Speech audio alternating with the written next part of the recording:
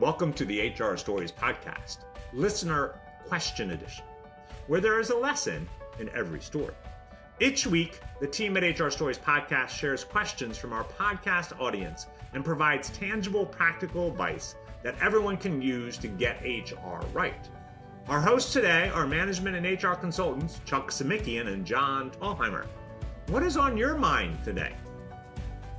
Well, we've got travel pay, we've got communicating policies, and a question that one of our listeners has asked about bereavement leaves and adding some extra things. So those are great three questions. of our topics.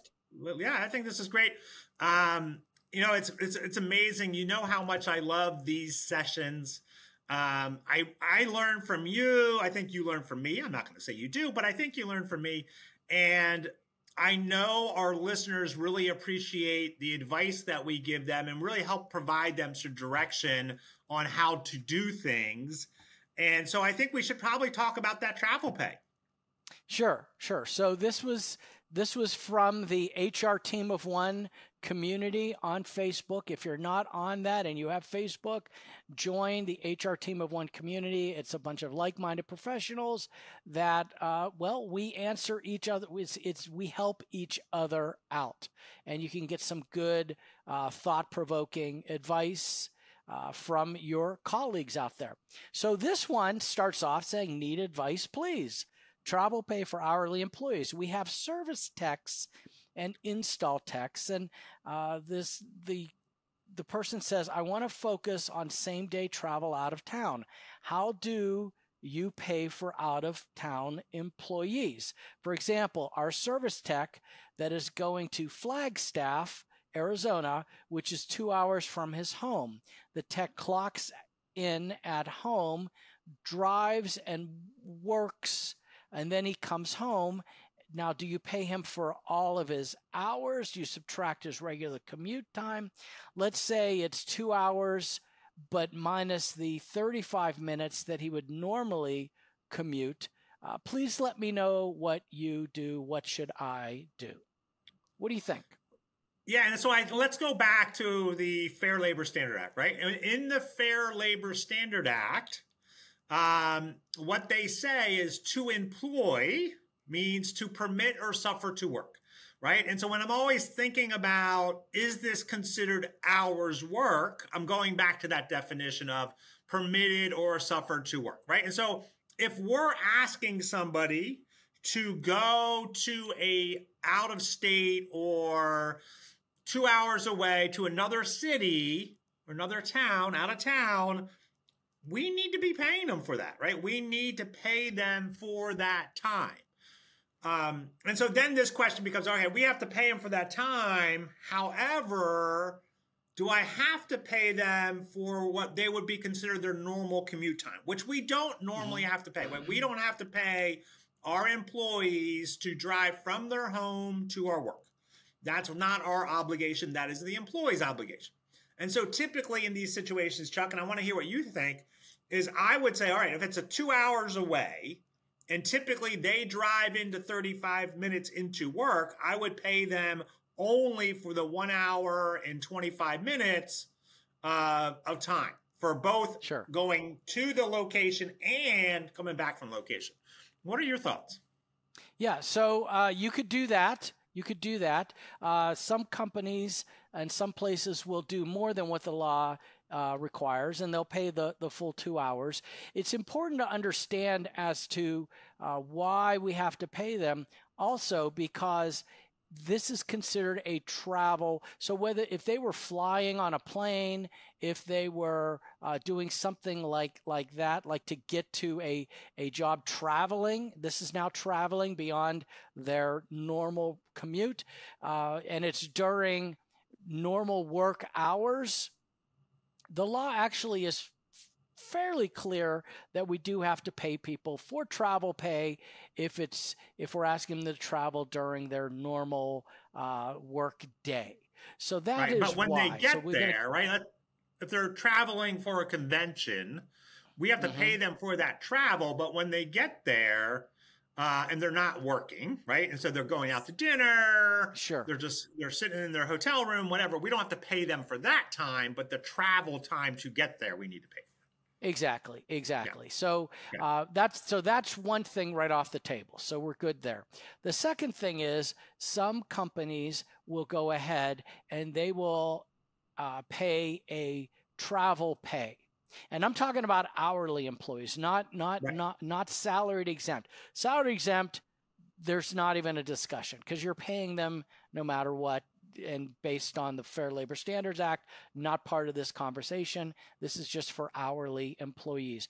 And you can, as long as you're paying them minimum wage, you can, let's say they make $30, $35 an hour as a technician, but you only want to give them for travel pay, maybe it's a $20 an hour or something like that. That can also be done. How that is going to go over employee relations wise, that's going to be up to you and your culture at your organization. However, that is an option too. Yeah. And I mean, again, but just to be aware, that is also considered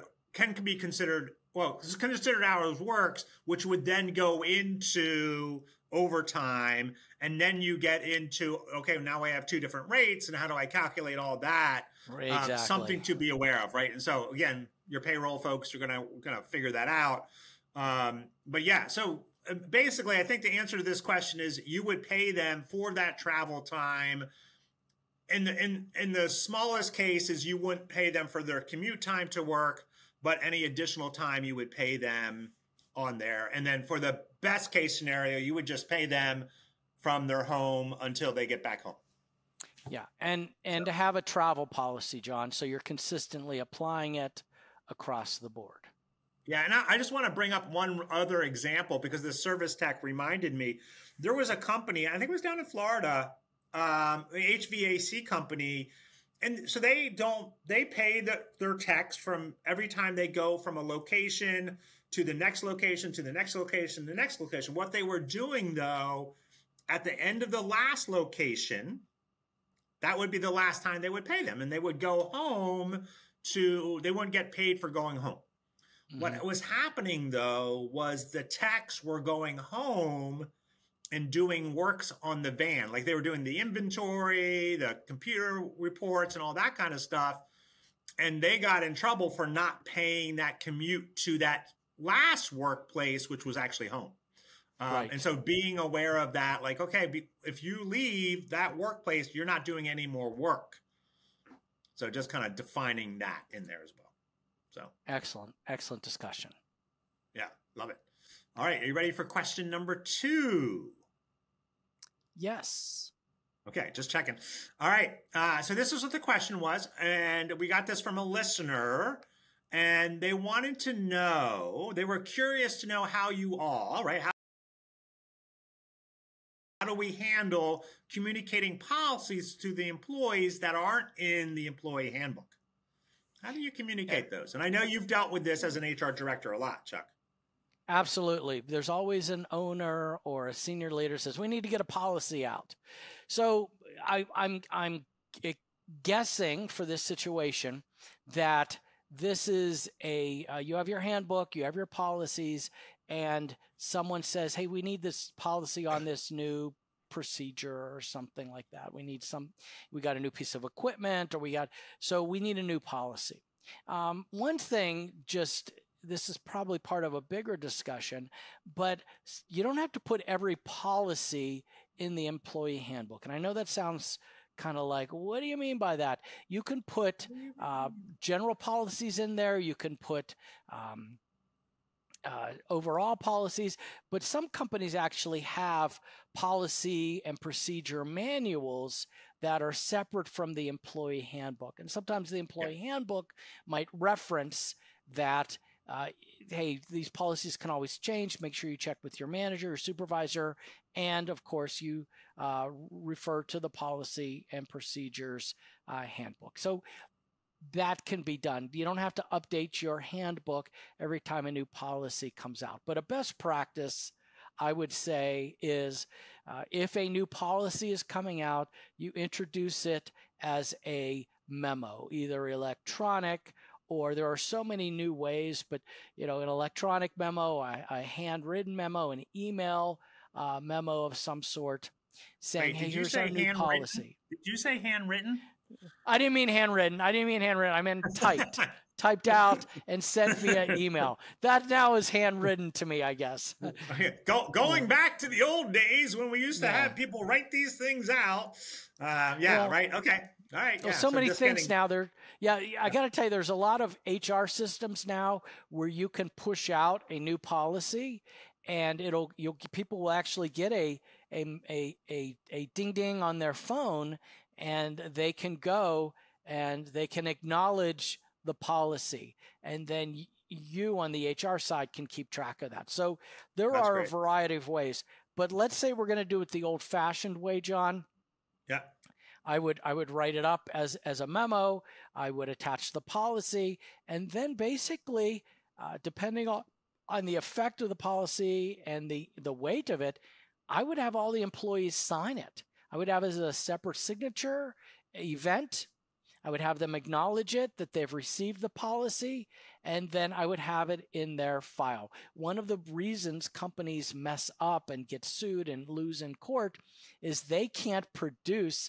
They have policies, but they can't show or prove that the employee knew about it. So if it's not in the handbook and the employee signed off on the handbook and you have a one-off policy, that's the best practice there. Yeah, I agree. When I read this question, I was thinking, and thank you for correcting me, I was thinking, well, why don't you have it in your employee handbook, right? But it's true, right? There are companies, sometimes we'll put out a policy, we'll do something that we don't have in the employee handbook. Well, we can debate whether that's a good thing or not. I believe let's put it in the employee handbook, but I do agree with you. There could be standard operating procedure manuals for each department that may be separate, right? But if you have a policy, you do need to make sure that it's being sent out and it's being received and acknowledged by that employee. And one of the things that I would do is I don't think an email is enough. I don't think a text is enough, right? And so as a HR professional, if I'm communicating out a new policy, first, I'm working with the leadership team, making sure they understand what that policy is and correcting everything. I don't want to caught them off guard. I want to make sure they know what it is. And then I'll send an email out. I'll send the text out. I'll communicate it through the chat, whatever I'll do. But then I'm also following up in staff meetings. Yes. And so I'll sit down with every staff and go, okay, here's the new policy. Here's what it means. Here's how it's going to impact you. Making sure the manager is communicating that out and really get in there, because we know, let's face it, we all get like 148 emails a day. That one from HR is not the most important one, right? From first their boss, maybe their coworkers, maybe the leader, and then HR. And so just following up and making sure they get it and they're acknowledging it and they understand it is, I think, going to be critical on that. Yeah, and you cannot have I don't use the word discipline, adverse employee action event without proving that they knew the policy. So the final question that came up was about bereavement policies, and this person was looking to benchmark some ideas, and they wanted to update. It says, thinking of updating our bereavement policy to include some time for pre-death benefits when the family is in hospice, possibly some time off with half pay. Please, can you share some ideas and thoughts of what you might have, what is best? And also, this was kind of interesting. Do you include pets in your bereavement policy? So, John, what are your thoughts on bereavement policies and doing these types of things? Well, first of all, I think we need to look to your state laws, right? Where your employees are working, you have to look, does that state law have a bereavement requirement? Now, most states don't, but you do have to check. You have to do your research. You have to do that. I think that bereavement is such an important thing to think about, or grief is an important thing to think about from the employee's standpoint and the impact it's going to have on their work, right?